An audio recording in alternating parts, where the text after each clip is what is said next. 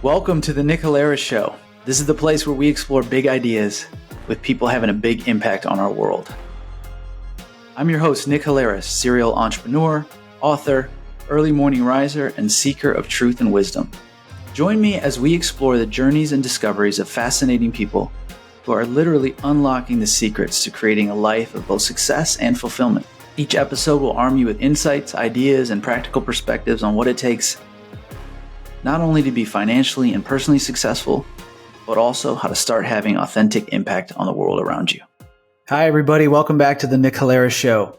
Our guest this week is Adam Hill. Adam is the host of the Flow Over Fear podcast, the CEO of a 100-year-old family business, a regular keynote speaker, and the author of a book entitled Shifting Gears. Adam, welcome to the show. Thanks, Nick. Good to be here, man. Appreciate you taking time. I've been enjoying kind of looking at all the different interviews that you've done and also listening to the Flow Over Fear podcast, and just excited to get in. I can't think of two more important topics that you've chosen to sort of build your business around, or your content creation activities around. It's fear and flow, and you've taken on a big task, man. Thanks. Yeah, I mean, well, it was a big transition or transformation for me to kind of rebuild that relationship with fear, because I lived with it for so long as what I would call a prisoner to it. And there's two sides of that coin on which we live in with regard to fear. We can live as prisoners within it, always subject to it, or we can live with it and still be free and improve our freedom and see a signal for it. So that's a message I'm passionate about, and I love sharing, and really hope everybody receives, because it's changed my life. Yeah. One of the things where I wanted to start this actually is kind of related to that point that you just made.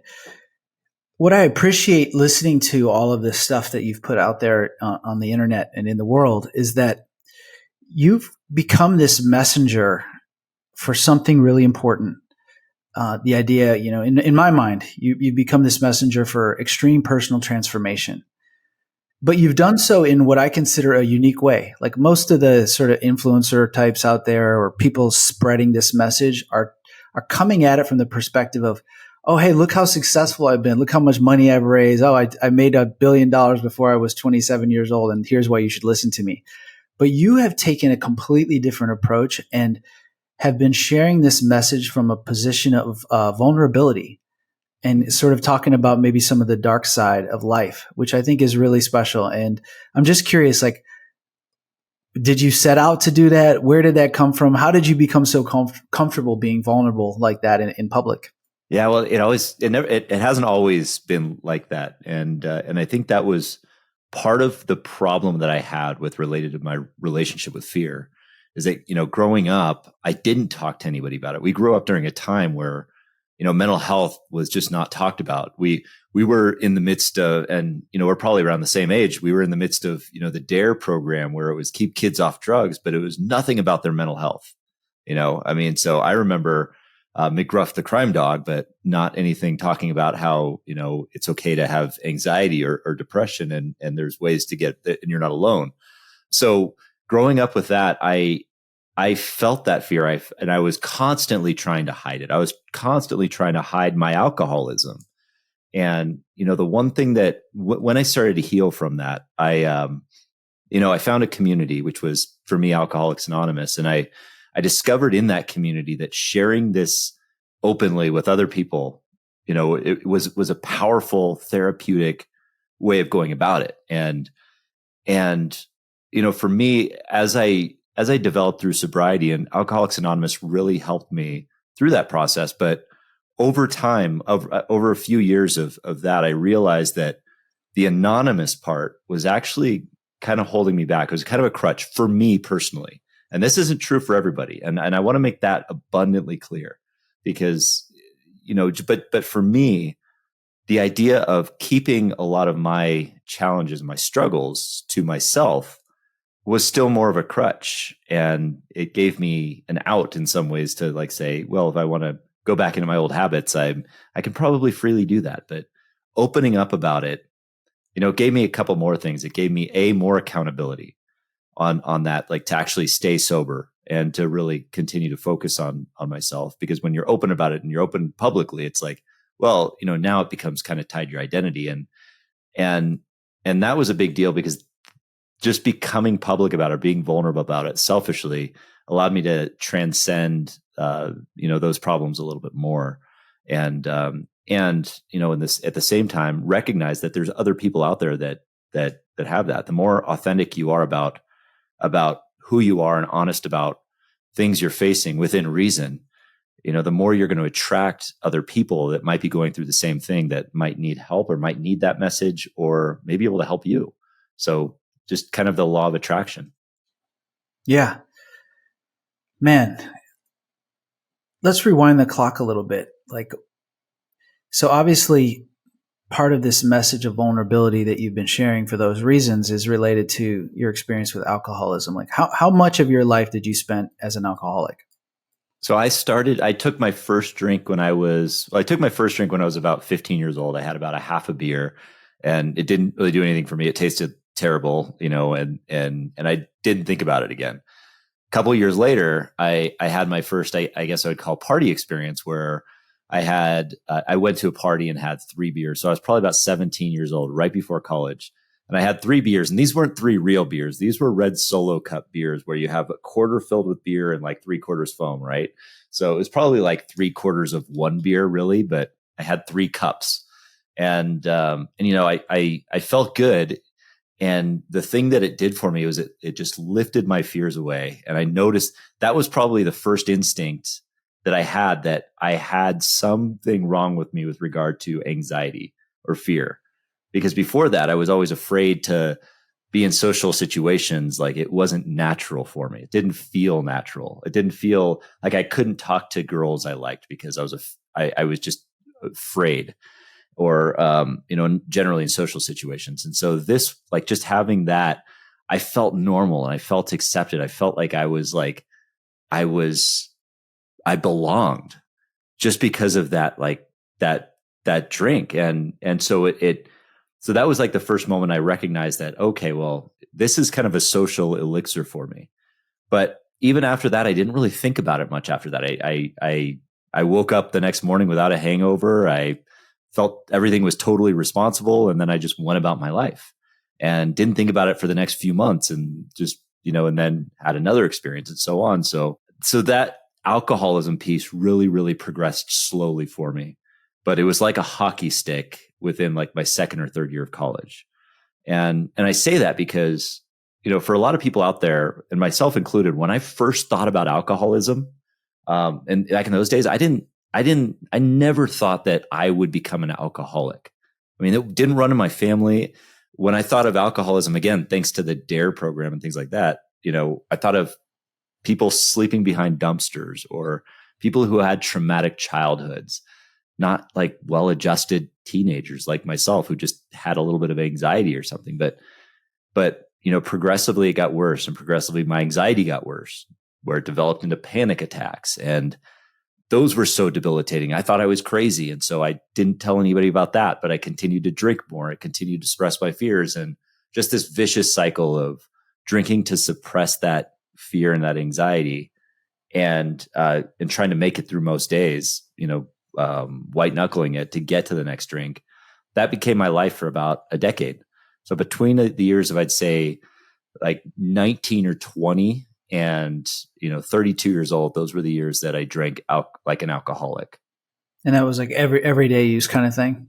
There were periods where it was every day, but I was more of a binge drinker. So and this is kind of my nature of just kind of being able to endure hard things for longer periods of time. So what I would do is to prove that or to basically prove that I didn't have a problem, or to kind of maintain some semblance of control. Most times I would avoid drinking throughout the week, so I could get to the weekend, but then it was on. And I would just drink myself into a blackout on the weekends. And that was really my thing, was I didn't get a lot of, major side effects from not drinking. But once I took a drink, it was very, very hard for me to stop. And, and that was also one of the things that kept me out of AA for so long, was that like, well, I don't have a problem because I could stop for the week. And even though it was miserable, and I look back, I'm like, I was miserable throughout that week, just jonesing for a drink, feeling this fear, feeling this anxiety, just waiting for my next drink. It was just that period of time was extended. And ultimately those weekends would grow longer. Like Friday would become Thursday, and then Sunday would become Monday. And, and so I would constantly be breaking that rule. But yeah, I was more of a binge drinker throughout that period. Yeah.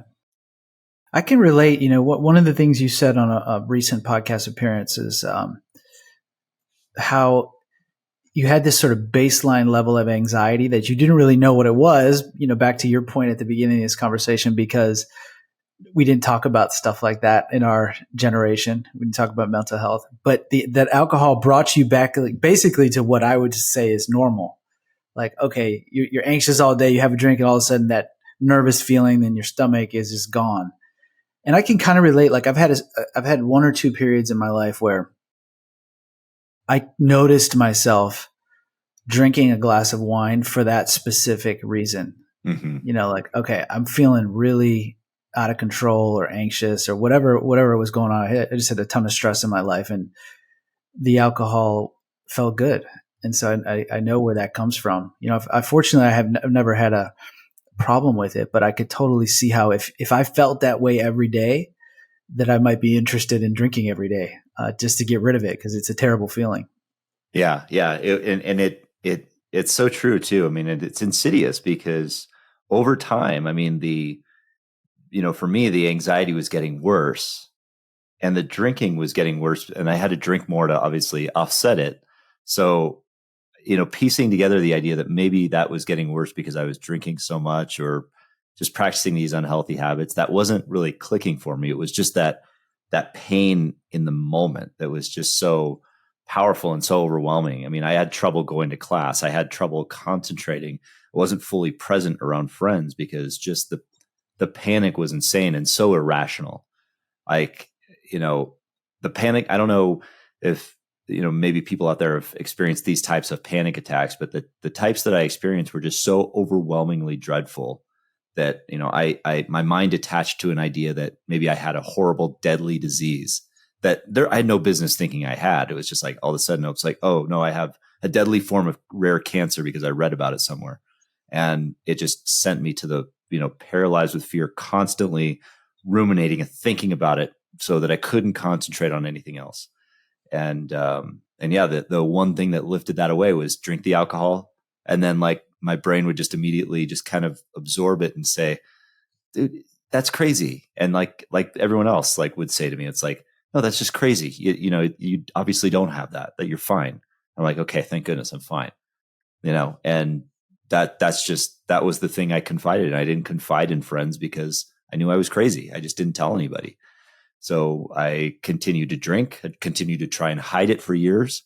And again, that was my crutch, was just hiding this part about me that was dominating my life. And naturally that didn't go well. Yeah, right. As it tends to happen. Yeah. Hey guys, this is Nick. I wanted to take a quick break from the episode to share some exciting news. In addition to the podcast, I want to make you aware of some additional content we're putting out. And best of all, it's 100% free. Our Profit Plus newsletter consists of weekly insights about what it takes to find meaning in the pursuit of modern success. This is the place where we explore big ideas at the intersection of markets, business, politics, and life, as we seek to empower our readers to have an authentic impact on the world. If you're serious about finding fulfillment amid success, then definitely check out these additional insights. Just go to subscribe.nickhalaris.com. Again, that's subscribe.nickhalaris.com. Now let's get back to the episode. Well, the good news is that this is ultimately like a super positive story, because you did get out of this cycle and really transform yourself. And I want to talk about that transformation a lot. And the way I want to get into it is actually, I want to read you this quote about fear, because you've been studying fear for like a decade. And this is probably the most famous quote on fear that I could think of. I've actually cited it in some of my newsletters in time, but it's from the book Dune so you're probably familiar with it. It's called The Litany Against Fear. And the author says, I must not fear. Fear is the mind killer. Fear is the little death that brings total obliteration. I will face my fear. I will permit it to pass over me and through me. And when it has gone past, I will turn the inner eye to see its path. Where the fear has gone, there will be nothing. Only I will remain. So beautiful passage. Curious, what do you think of the Litany Against Fear? I love that. I love that you read that, because in episode 2 of Flow Over Fear, when I read that when was the first time I heard that, when Mike Ergo, who was my second guest, he quoted that, and he said, this is, my favorite quote about fear. And so as you brought that up, I was thinking about Mike Ergo. Mike is a veteran in the Marines, and he was fighting in Fallujah. He lost 26 of his friends. And, oh my gosh. And so whenever I think of that litany against fear, I think of the experiences that what he went through and what he's gone through, and how extreme, we can experience that, to the point where, for me, it was just all in my imagination. Everything was fine around me. That's all in my imagination. For somebody like Mike, it's real, it's happening. But regardless of how those experiences are happening to us, their experiences we are legitimately having, and they're valid. And to show that regardless of those experiences that we're having, that we can kind of rise above them. That's how I really look at that quote. I think that fear is something that we're all going to experience, but we all have the opportunity to, rise above it. Yeah, I think so. It's not easy, but it can be done. And I know you've done a lot of thinking on it. So what is your framework on fear? I spent so long fighting it, trying to suppress it through alcohol, trying to just convince myself it wasn't there, convincing myself it was a bad feeling. And it took a lot of work to get to this. I mean, a lot of healing, but I feel that that our relationship with fear takes an evolutionary path, that we really evolve through 3 stages that we can be living with fear at any given time. And the first one is that we're fighting it. Like I was doing for the first 3 decades of my life, was just trying to suppress it, trying to push it away, trying to do everything I could to fight against it, to push it down. And that never works. You never really win against fear, because you're fighting against your own feelings, and your feelings are trying to tell you something. So ultimately, then we get to the second phase, which is kind of the cliche that everybody talks about with regard to fear, which is face your fears, right? You rise up, you face your fears. And to me, that means, even though facing your fear sounds like you're continuing to fight, what that means to me is it means a surrender. You start to actually just stare your fears face to face, and you start to acknowledge them, and you actually name them. And this was an important step for me, because throughout Alcoholics Anonymous, that was the first time I had the opportunity to surrender and say, look, I'm done. I have no control over my life, and I'm going to give myself over to this process of sobriety. And in that process, I'm going to, face that fear. And the way that happened, and I'll say that the last piece, and I'll kind of get to this in a second, but the last piece that you can get into is you can actually rise up even further and embrace your fear. And you can actually make it an ally. You can see it as a signal for the opportunities that exist in your life. And when you can see it that way and embrace your fears, you actually gain more freedom. And I think that once, it's kind of like removing obstacles from a river, right? You have a river that is, just, you have fallen trees and rocks and boulders and all these things that are causing that river to be obstructed. And because of that, there's a lot of rapids and a lot of chaos in that river. It's kind of like what's happening in our minds when we have those fears in there. But when we can remove those fears as obstacles, the river flows. And that's where it kind of gets into the idea of flow over fear, is when we can remove fear as an obstacle, we create greater flows. Does that mean fear is gone? No, not by any stretch. We just happen to rise above it. We create a new relationship with it, and we see it as something different. We don't see it as an obstacle. We stop fighting it. And so it no longer becomes an obstacle in our life. But at that point of healing, kind of going back to when I was facing it, I was working with my sponsor at that time, and he put, and during the 4th step inventory, which is where you take a thorough moral inventory of yourself, right? You start to really look internally. one of the exercises that my sponsor gave me was he put a piece of paper in front of me with big bold letters over the top of it that said fears over the top of it. I'd gone through already a few lists, like who are the people that I harmed, what were the bad things that I've done? But really the fears one, it was like, oh my gosh, now we're getting deep. Now we're getting into like the root of, what I am. And so I started writing them down, and here was the power in that. All of that jumbled up mess of fears that I was trying to suppress for so long, that were rattling around in my brain and were so loud, and that I couldn't get out. Finally, I just put them into an organized list, very valid, very real fears that I had written in front of me. And just by acknowledging them, just by naming them, by sharing them with someone that I trusted, that in and of itself gave me some peace from it. And also in that process, I was able to really look at that list and identify, well, hang on, most of the fears that I have written down here don't signal that I'm in immediate danger. There's no danger around this. So what am I afraid of? What's triggering it? And I really identified 3 specific root fears that I had that were related to all these 100 or so fears that I'd written. And those 3 root fears that I had, and I think they're true for most of, or for many of us, was uncertainty, fear of uncertainty, the fear of the unknown, the fear of what we don't know, and on all of that stuff. And then overwhelm, which is that just too much on our plates, too much stimulus coming in, which is just short circuiting my brain, or I'm pushing too hard and too fast. And then the third one was that big one, self-doubt, that imposter syndrome, that feeling like I'm not enough, that feeling like I don't have what it takes to achieve my goals. And so the result of that is shame. And so those 3 root fears were really the fears that I identified as like that. And just naming those, it was like, okay, now I can kind of move on. I can recognize it and make some peace with it.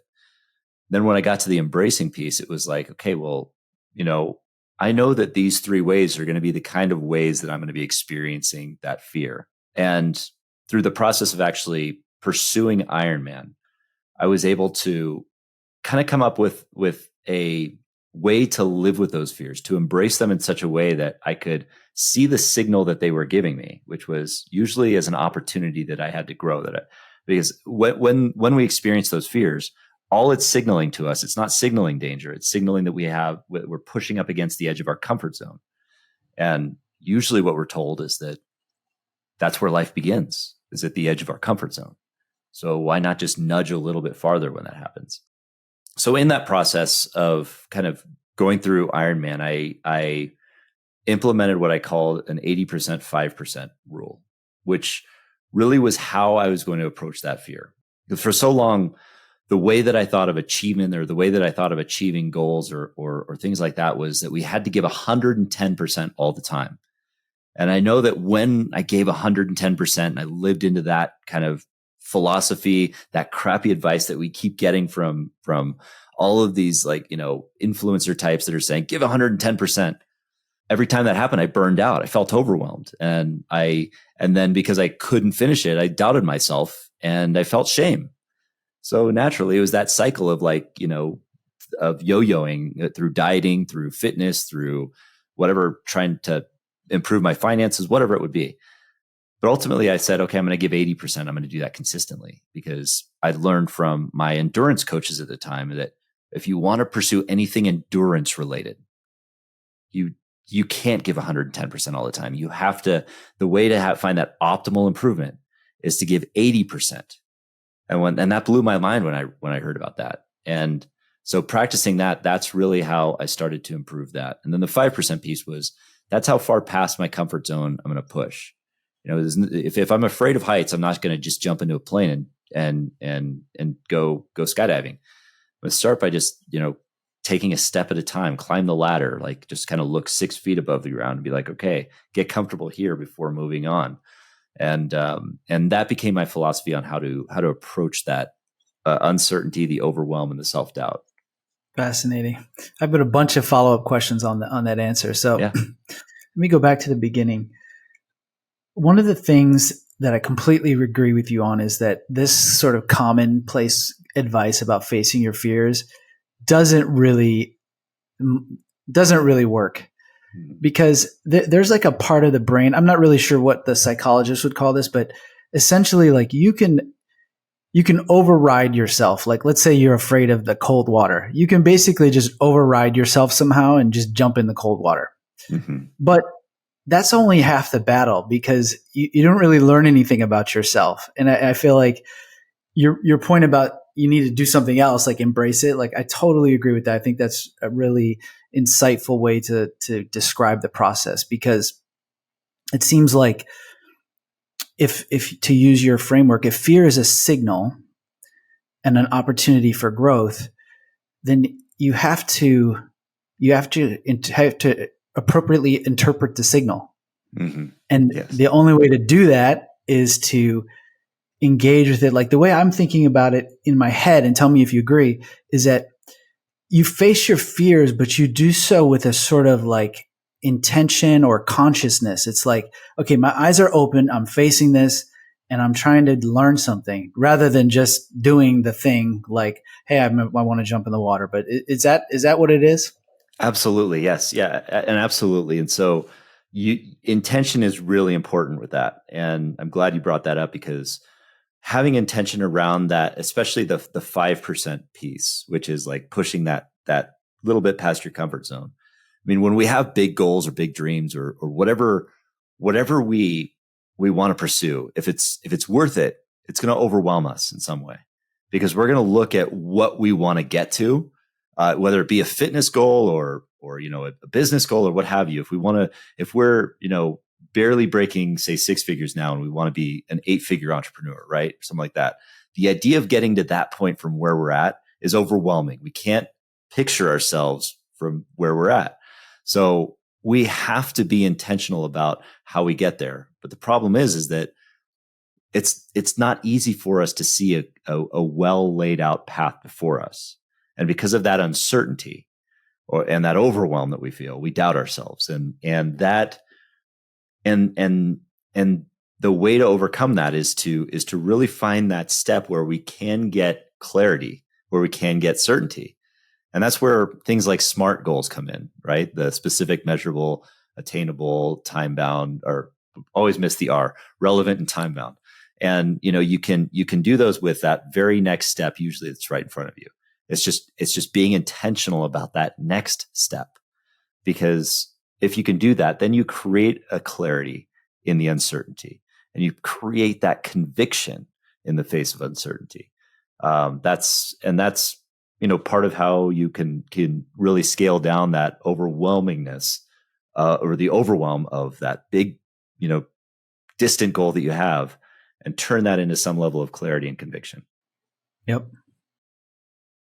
One of the things that I was thinking about as well in your earlier answer is something that I noticed in my own sort of journey with fear, is that, to think about your list of fears that you wrote when you were in the AA process.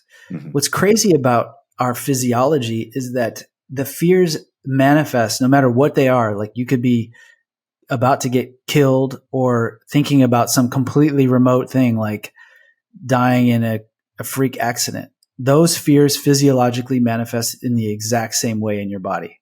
Like, the same chemicals get produced, and you feel the same way, which is kind of crazy, which makes fear kind of like a tricky adversary, because what are you dealing with until you start, getting serious and writing them down like you did? You don't really know exactly where it's coming from. Mm-hmm. And I'm not sure if there's a question there. I just thought of it. One thing I was thinking too when you gave that answer is, I've been sort of like, without really thinking about it, running an experiment on my kids, and I'm curious what you think about this. Like, both of my kids, are at the age they're 8 and almost 6, and so they are starting to feel like nerves, for example, before they play sports, or if they have to do like something in the front of their class or whatever. And I've been trying this tactic because it helped me as I got older. Is I've just trying to reframe that in their brain. Like, they talk about it, like, without really even knowing that they're like where it comes from. They talk about it as being afraid or something. But I've been like implanting in their brain this idea, like, no, actually what that is your body is so incredible that it's giving you the chemicals that you need. And that's what those chemicals feel like. But once you get into it, they're going to give you what you need. And so I've been doing that, and I actually think it's kind of working. But what do you think of that? I love it. No, I think the more that we can we can put into our kids' heads that it's okay that we're feeling the feelings. The feelings are not something we should run away from. Because I know that even during our time, and this is a generational thing, that we were conditioned in a lot of ways. Generally speaking, I know that I'm making a broad generalization here, but we're conditioned to like not feel our feelings. Like, don't cry, don't do this, just don't feel the feelings. But those feelings exist for a reason. They do. That fear exists for a reason. It's okay to feel it. And there's no shame in it.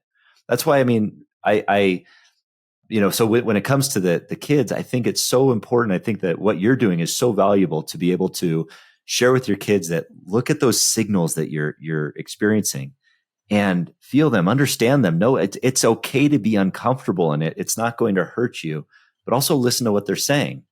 Are they feeding you? Are they telling you that there's danger that you need to avoid? Are they telling you that there's an opportunity maybe to live into your dreams, your talents a little bit more too, and maybe grow your comfort zone?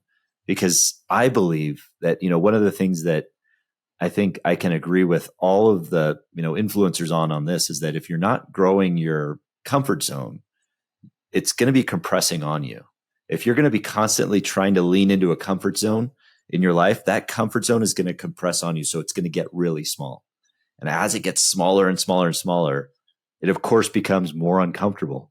So the idea of actually descending into your own comfort zone becomes less comfortable, becomes less free. That's why the idea of expanding that comfort zone leads to greater freedom, in my opinion. And, one of the things, regardless of what opinions we have about, how we responded to COVID or anything like that, I'm not going to get into that. But one of the things I cringed when I heard was this idea of don't live in fear. And every time I heard that, I'm like, regardless of what you're trying to do, it's the wrong message to say, because we should be listening to that fear. We shouldn't be suppressing it. We shouldn't be turning our back on it because it's telling us something. Let's have a dialogue about that fear and know what it means. We should do that about all of the fears that we have.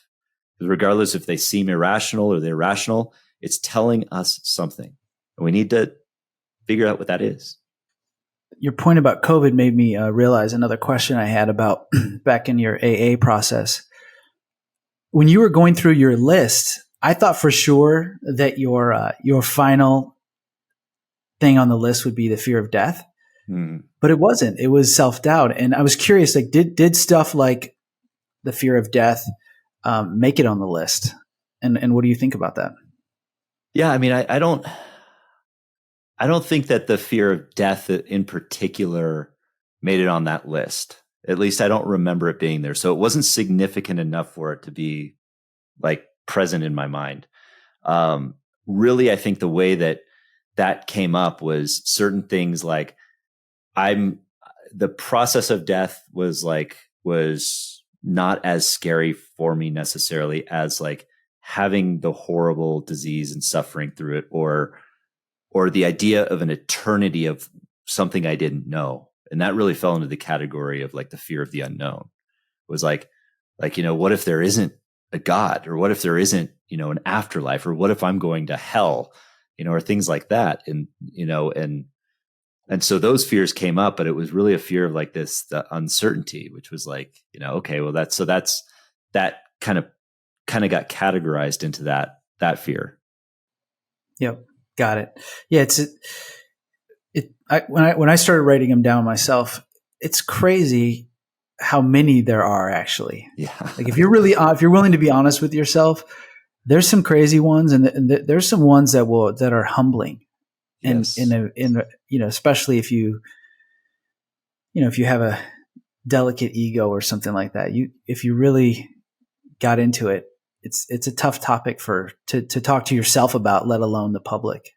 Yeah, it really is. And that's one of there's really three elements in that healing process that I kind of glossed over when you're starting to face fear.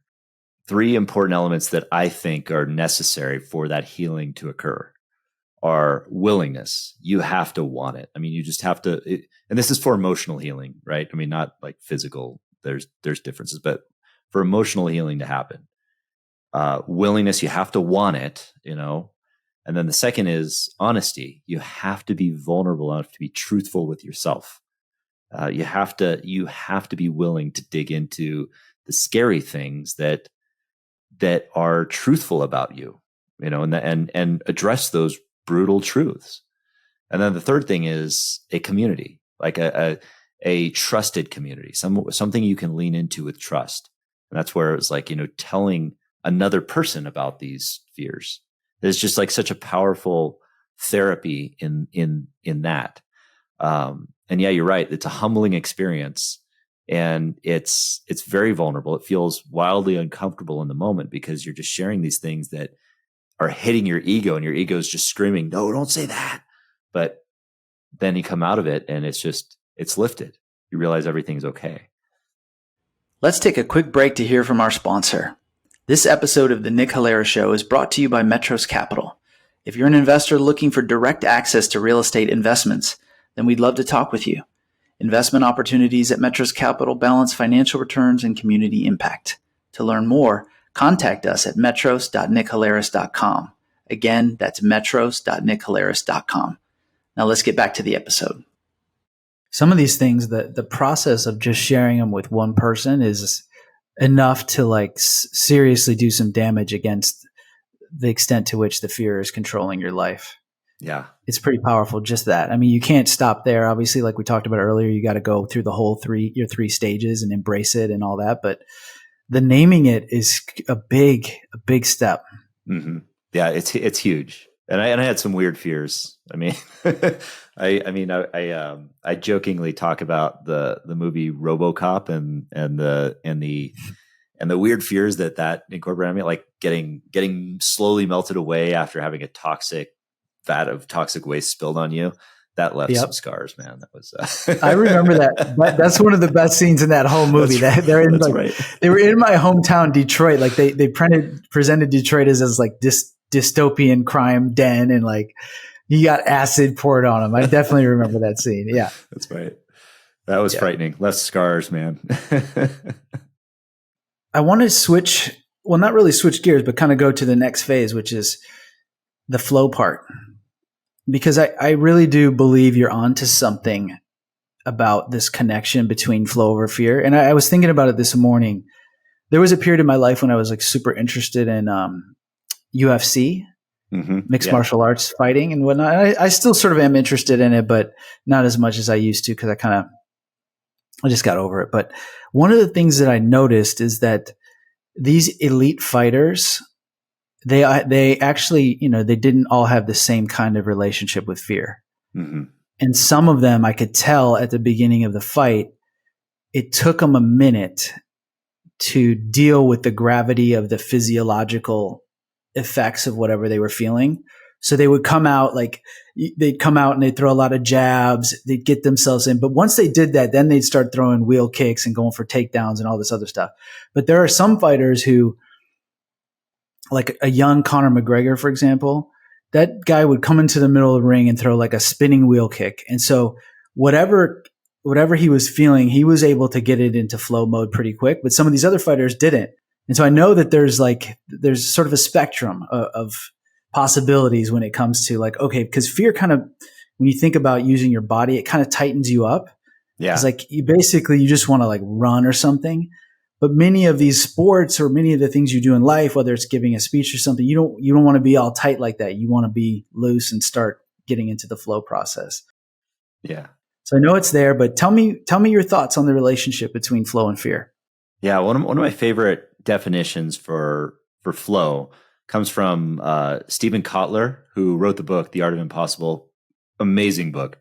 And he's also the executive director of the Flow Research Collective.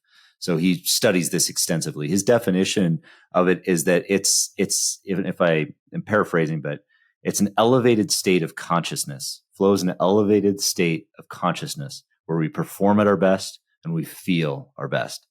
And you think about that elevated state of consciousness part.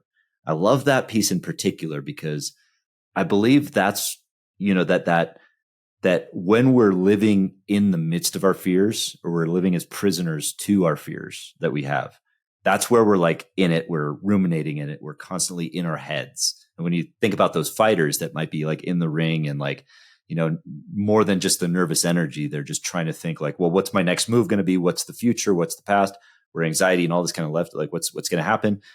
Well, they're living in the fears. They're not flowing. They have all of these obstacles of fear in their river of flow.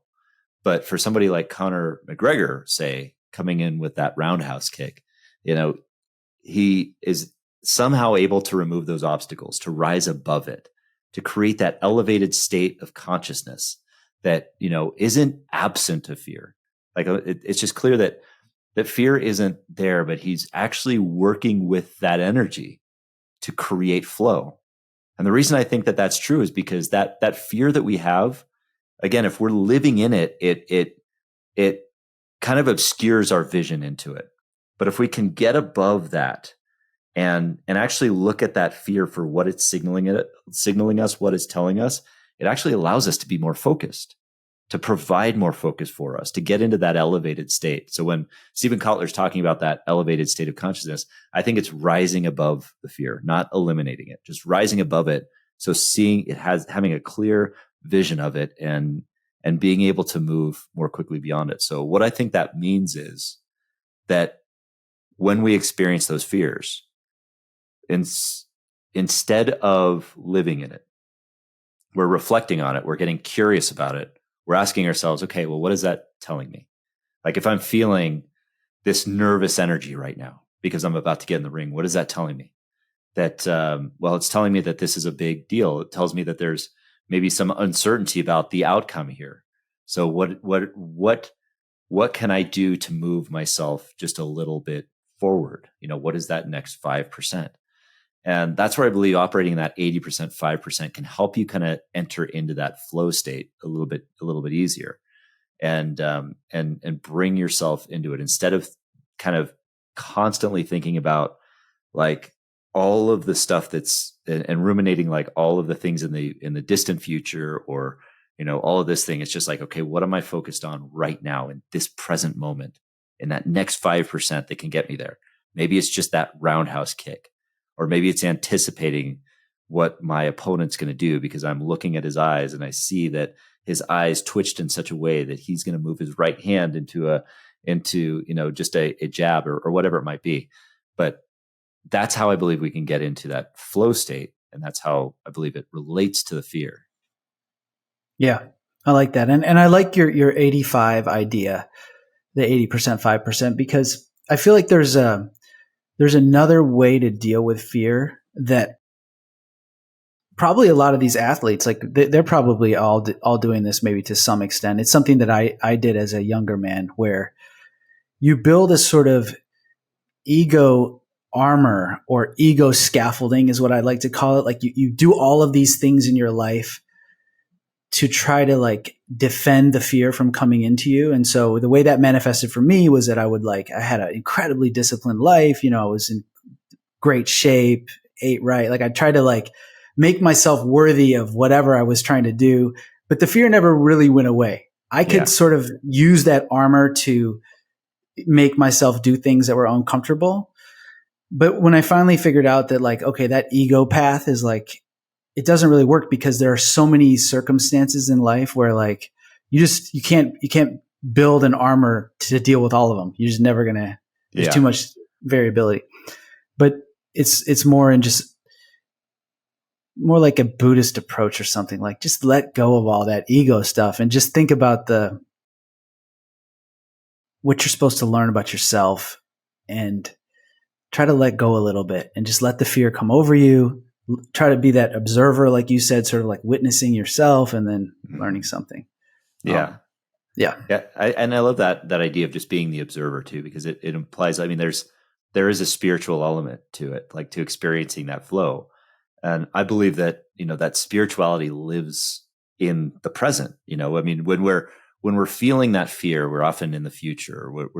When we think about how we experience the future, the past, we tend to dwell in the past and obsess about the future, and therefore we ignore the present. When we have that, that's where we're the prisoners of fear kind of thing.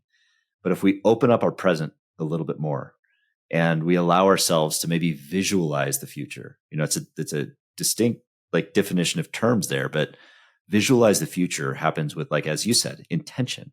We visualize with intention what our desired outcome looks like. And we bring that gratitude to the present and that appreciation to the present. That's exactly where the spiritual realm lives. I think we have the ability to rise above that fear in the present moment. That's where we have that opportunity. Yeah. And there's something like almost magical about it. Like you hear about in these extreme life scenarios, like I read this story, I forget the name of the book, but it's about Shackleton and how he did the crazy open water navigation and then climbed these mountains and came back and saved all his men. But you read about this in war contexts. There's a part, like a humongous part of your brain and your physiological capability that you don't really always have access to. But if you get into flow, which is induced by some crazy thing that makes you afraid, then you can access it. And then people who have done that report like basically having an out of body experience. Like they're like watching themselves do all this stuff without really being in control, which is kind of fascinating that it's sort of universally reported like that. But it relates to what you just said about this. I really agree. There's a spiritual side of this. Yeah. Yeah. And it totally is that out of body, and it doesn't happen all the time. So you kind of almost have to welcome it. Like when you get into those moments where it happens, and just be appreciative again of it. And because accept that flow it's not a constant. It's something that we can constantly it's something that we can be working on. Like even in our day to day, when we're working at home, the idea of flow, that kind of comes from, Mihai Csikszentmihalyi. I think that's how you pronounce his name. I always pronounce his name wrong, but it's hard to pronounce. I totally, But he has these the 4 stages of flow, and really it kind of looks like it's like a buildup where you're starting to do the work, where you're starting to get into it, and you're kind of spinning the RPMs, kind of like you're starting from a red light and you're just accelerating. And then, you get to that point where you do kind of have this preliminary plateau. And then at that moment, it's a good time to really take a break. So you think that you're in that state where but you're still kind of spinning at high RPMs and you're spinning too much. Take 20 minutes and then you come back to it. And then you actually start to increase more, and you find that next plateau. And a lot of people, when they find that, they're feeling so good, they just keep going and keep going and keep going.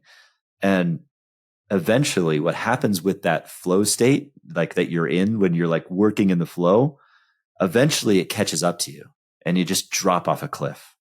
And, and then like everything, and then you're frustrated because it's like, I want to get that back. And you start working harder, you work harder, and you can't get it back because you're working too hard. You're pushing yourself into a frenzy, and now you're burned out.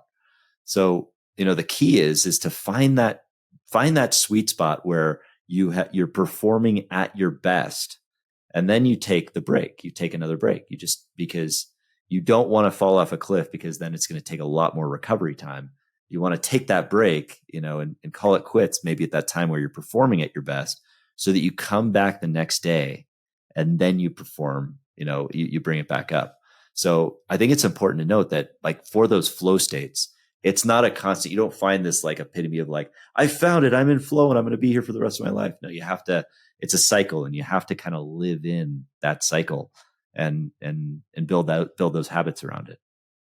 Yeah, it's such a great point. Like you can get yourself into it, but it doesn't always happen. And you can't like will it into existence. You sort of have to create the conditions for it to happen. Yeah. When was the last time you were in flow, and how did you get into it?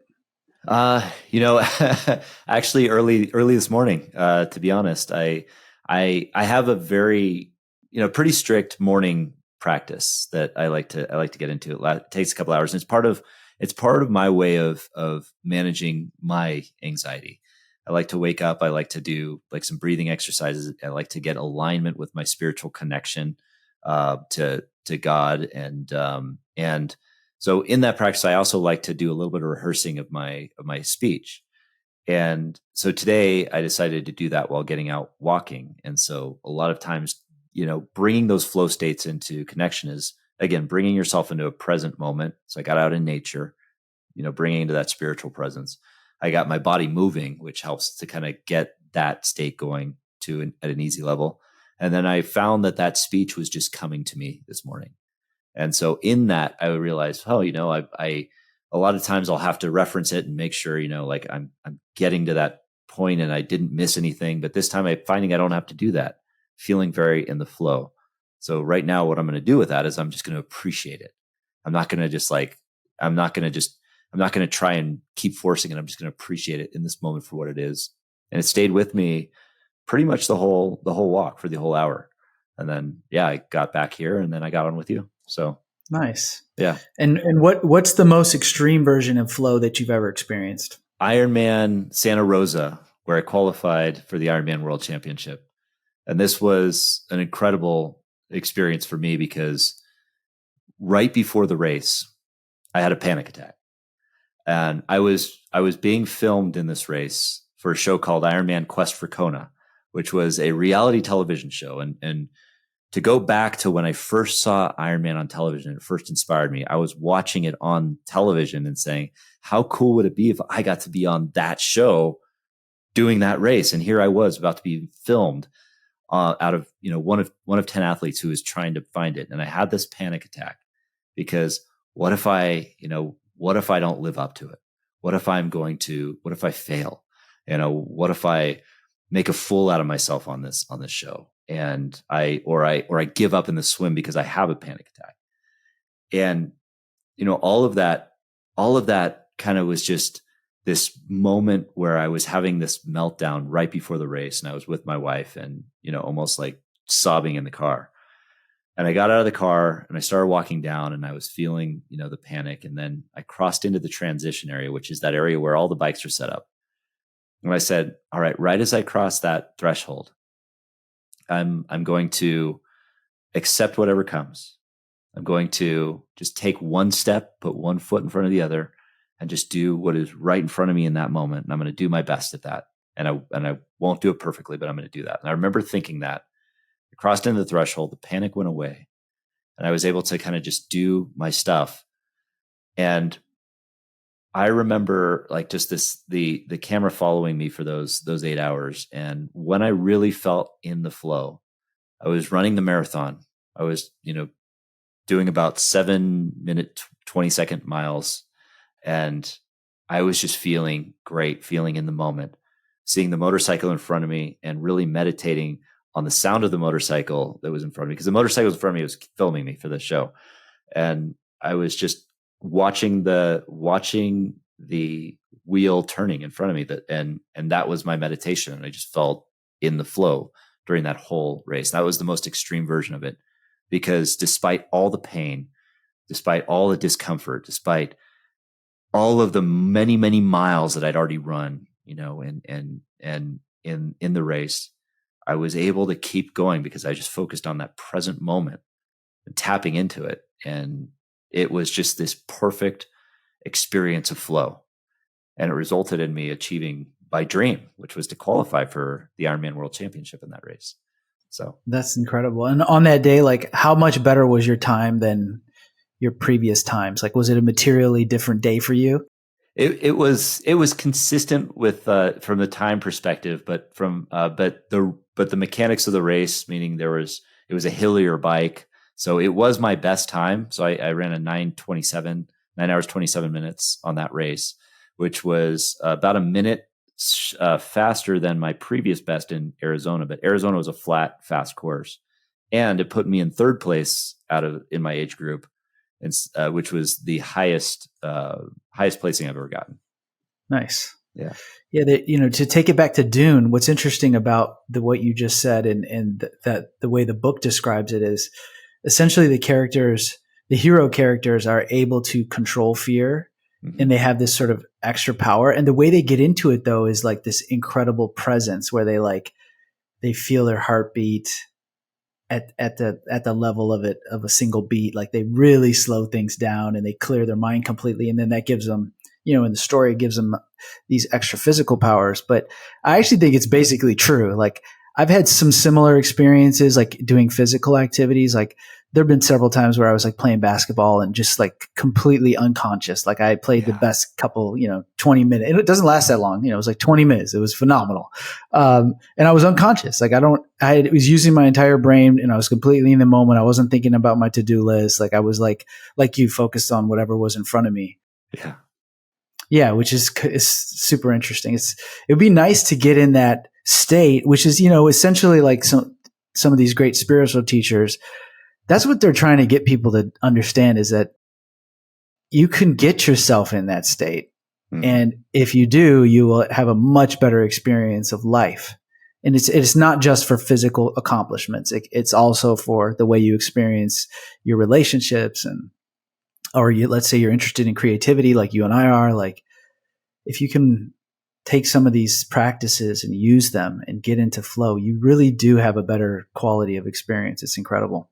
Yeah, I agree. And I look at that word flow when we're talking about flow over fear. I look at the flow as a verb, not a noun. Like it's not a state we get to. It's a practice that we continue to try to strive for. Like anything else, like that spiritual connection, I think is a really, really powerful element of that. And again, that happens in the present. So we have to keep looking at living in that flow in the present. And I think that flow really translates into the ultimate freedom if we can experience it. I think so too. Like there's just so much, like these little like extreme experiences playing sports or whatever have convinced me that there's like a humongous percentage of conscious perception that in normal moments, like right now, are just not available. Mm-hmm. Because I'm focused on doing this interview and making sure this goes well. And I'm trying to be in a flow state, but I'm not experiencing the sunlight outside or all these things, but you can get to that point. It's just, it takes some work. Right. Yeah. Yeah. Well, this has been a super fun conversation. I want to end with some fun, maybe quicker questions. Yeah. So what are some books you'd like to recommend on this subject, or on any subject really? Like I know you mentioned one earlier.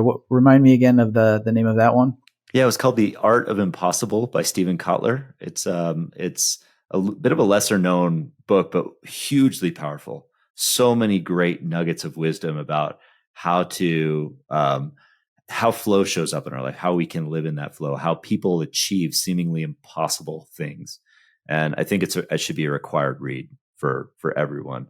Right now, I'm reading a book called The Artist's Way, which is highly recommended by a lot of people like Tim Ferriss or others who are achieving great things. They're also kind of in a creative element. It's kind of like a creativity 12-step program, which is pretty neat. The author gets into insights into how to develop a practice of journaling in the morning pages and things like that. That's incredibly powerful. So it's called The Artist's Way. The Artist's Way. Yes. Yeah. Okay. That's interesting. Yeah. Any other ones that are super interesting that you'd like to recommend? Let's see. What's a good book that I've been recently? Oh, 10x is easier than 2x is a recent book that was written by Benjamin Hardy. Kind of gives a powerful talk into kind of how we think about achievement and how we think about our next level, and that we might be thinking too small by thinking 2x. And I know 10x is kind of a cliche kind of thing, but the framework that he provides for this idea that 10x is easier than 2x is pretty powerful. Basically just defines that, are you willing to really let go of the 80% of you that is keeping you in the same spot now, and really, really connect with the 20% that can get you to the next level? And yeah, it's I think it's a pretty profound exercise and framework. For anyone who's suffering from sort of debilitating anxiety, like you were when you turned to alcohol, what is one thing you recommend for them to do, like right away? Yeah, right away. Maybe there's more than one thing. Yeah, I mean, it really depends on how they're suffering. I mean, the first thing to recognize is that you're not alone. And if you're in that same space of suffering as me, where you're feeling like you're alone, because it feels very lonely, and it feels very you don't feel like you want to tell anybody. Recognize that that you're not alone. 40 million people in the United States alone have an anxiety disorder of some kind. And that's 20% of the population. And that's pre-COVID numbers. I guarantee it's higher now. Now after we've gone through all of this stuff that we've been going through, and anxiety is very prevalent. So know that you're not alone.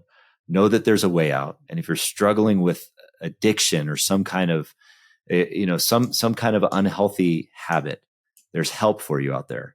There are, for alcohol, there's Alcoholics Anonymous, there's Narcotics Anonymous, there's Gambling Anonymous, for any kind of addictions that we have.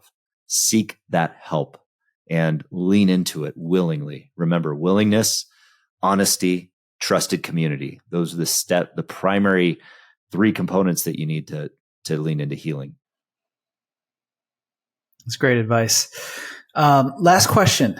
And this is something that, I appreciate about you, because you are an individual, like we talked about at the beginning, who kind of made some tough choices in life that led you into a bad spot, but you completely transformed your life. You got off broke your addiction, and then transformed yourself through a lot of things, physical and mental healing, but doing fun things like triathlons was a big part of it. Mm-hmm. But then you took it a step further, and this is where the question's coming. Like you, as you mentioned earlier, you felt, I guess, a problem, not really a problem, but you felt that there was something about the anonymous part of your journey that didn't feel right. And so you said, okay, I'm going to share this.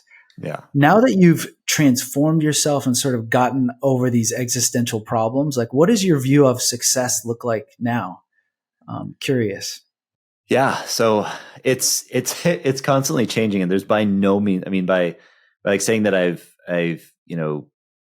gotten over it. I don't know that I've fully ever get over it, or any of us really get past these things. That's why I'm trying to ultimately develop and advocated a relationship with it in some ways, like some of these challenges. But my perception of success really now is not related to finance, or not related to money. I think those are certainly important for security and everything like that. But I think when I think of success, especially within the last couple of weeks, I think of somebody like Jimmy Buffett. And, Jimmy Buffett was a famous singer-songwriter, passed away a couple of weeks ago. And he wrote songs for a living talking about finding a personal paradise, and he brought personal paradise to everybody in stadiums across the world. And one of the incredible things that I in reflecting on his life, and I went to many Jimmy Buffett concerts, and if you've never been to one, he brings a beach to every stadium you go to. But when you think about after Jimmy Buffett leaves those stadiums and on those amphitheaters, the parking lot's empty. It's just concrete jungle. The amphitheater is just, it's just a series of seats and bleachers. But he had an amazing, magnificent ability to bring that personal paradise to every single one of those thousands of people in that audience. We all have that capability in us to create a personal paradise within us, to create that within ourselves, and to bring that to the world around us. And that's kind of what I think about when it comes to success is how can we serve people, serve the world in such a way that creates paradise here on earth? I think that's what success looks like to me. Yeah, man, I love that answer, and couldn't agree more. It's kind of what brought me into my own sort of creative journey as well. As I sort of looked out at the culture and just felt like that was a message that you couldn't scream more loudly. People need to understand that. And we live in this sort of incredibly self-absorbed culture. And there are good things about it, right? People do need to build themselves up. There's a big part of your story that is very personal, mm-hmm. but that's not the end. Right. Because there's other people, right? You've got family members, and in your case, you have thousands of people listening to your podcasts and listening to your speeches that you give, and that's where I think you can find true success. I'm with you. Yeah, it's it's constantly evolving. So I think that just being willing to kind of be in the flow of that, right? Of the evolution of how we interpret that success is also important. Yeah. Well, Adam, this has been such a fun conversation. Thank you for sharing so openly with us, and looking forward to doing this again sometime. Yeah, Nick, thank you so much. It's been an honor and a pleasure. Thank you. Thanks. Thank you for listening to the Nick Halaris Show. We hope you enjoyed the episode and would appreciate your help with spreading the word by sharing with your network on social.